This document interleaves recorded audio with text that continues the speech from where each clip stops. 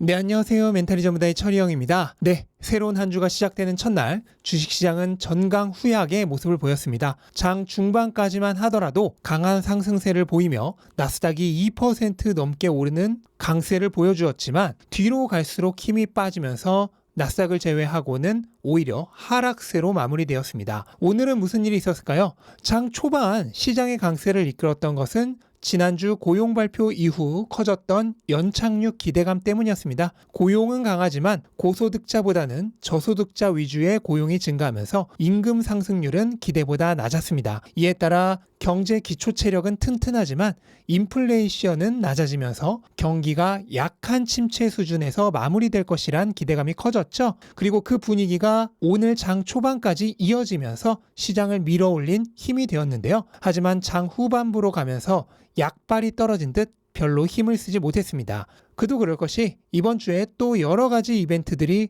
질비하게 준비되어 있습니다. 당장 내일은 파월 의장의 연설이 예정되어 있고 목요일은 소비자 물가의 발표가 예정되어 있습니다. 현재 시장이 아무리 고용 지표를 더 중요시한다고 해도 어쨌든 소비자 물가는 여전히 중요합니다. 고용도 물가에 대한 선행 지표로서 중요하게 보고 있는 것이지 어쨌든 결과는 물가를 통해 확인되는 것이기 때문이죠. 그리고 이번 주말부터 본격적인 어닝 시즌이 시작됩니다. 금요일에 JP모건, 뱅크 오브 아메리카와 같은 여러 대형 은행들의 실적 발표가 예정되어 있고 유나이티드 헬스그룹이나 델타 항공 같은 굵직굵직한 기업들의 실적 발표를 시작으로 본격적인 실적 시즌이 개막됩니다. 특히 오늘 장 중반부터 시장 분위기가 악화됐던 것은 올해 기업들의 실적 전망치를 조금 비관적으로 보는 의견들이 나오면서부터였습니다. 모건 스탠리에서는 현재 193달러 정도인 S&P 500의 EPS 전망치가 올해 평균적으로는 210달러 정도까지 오를 것으로 예상하고 있는데 이것이 지나치게 낙관적이라면서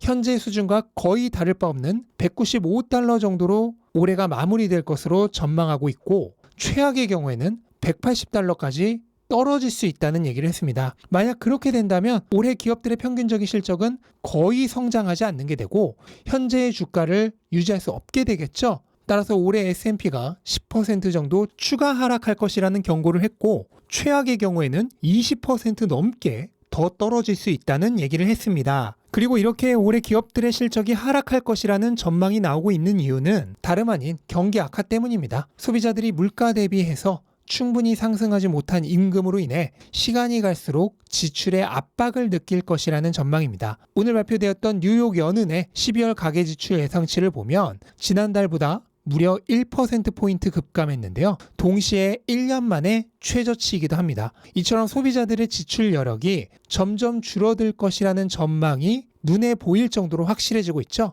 그렇게 되면 수요는 줄어들고 반면 공급은 수요를 초과하면서 가격 하락이 가속화될 것입니다. 이렇게 되면 인플레이션은 내려가겠지만 기업들의 수익도 함께 내려간다는 부작용이 발생합니다. 하지만 인플레이션은 내려간다 하더라도 여전히 연준의 목표치인 2% 이상일 테고 고용도 여전히 잘 되고 있으니 금리를 내릴 이유는 없죠. 따라서 유동성은 증가하지 않으면서 기업들의 수익만 줄어들게 되는 것입니다. 그렇게 되면 주식시장에는 부정적인 영향이 커질 수 있겠죠. 바로 이러한 우려가 대두되기 시작한 것입니다.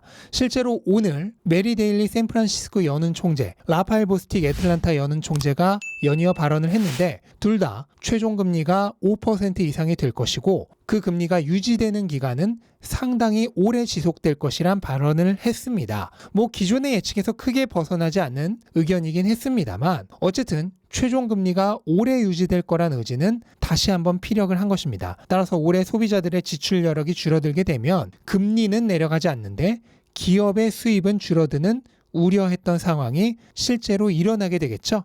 그렇게 된다면 주식시장도 빠르게 회복하기는 어려울 것입니다. 이런 비관적인 전망들이 고개를 드는 가운데 이번 주 예정되어 있는 여러 빅 이벤트들에 대한 불안감도 함께 커지면서 리스크 오프 경향이 강해졌고 결국 장후반 약세로 이어졌다고 보시면 될 것 같습니다. 여러 빅테크 기업들의 주가도 장 중반까지는 매우 강한 모습을 보이다 시장과 함께 장 후반에 강세가 많이 꺾였습니다.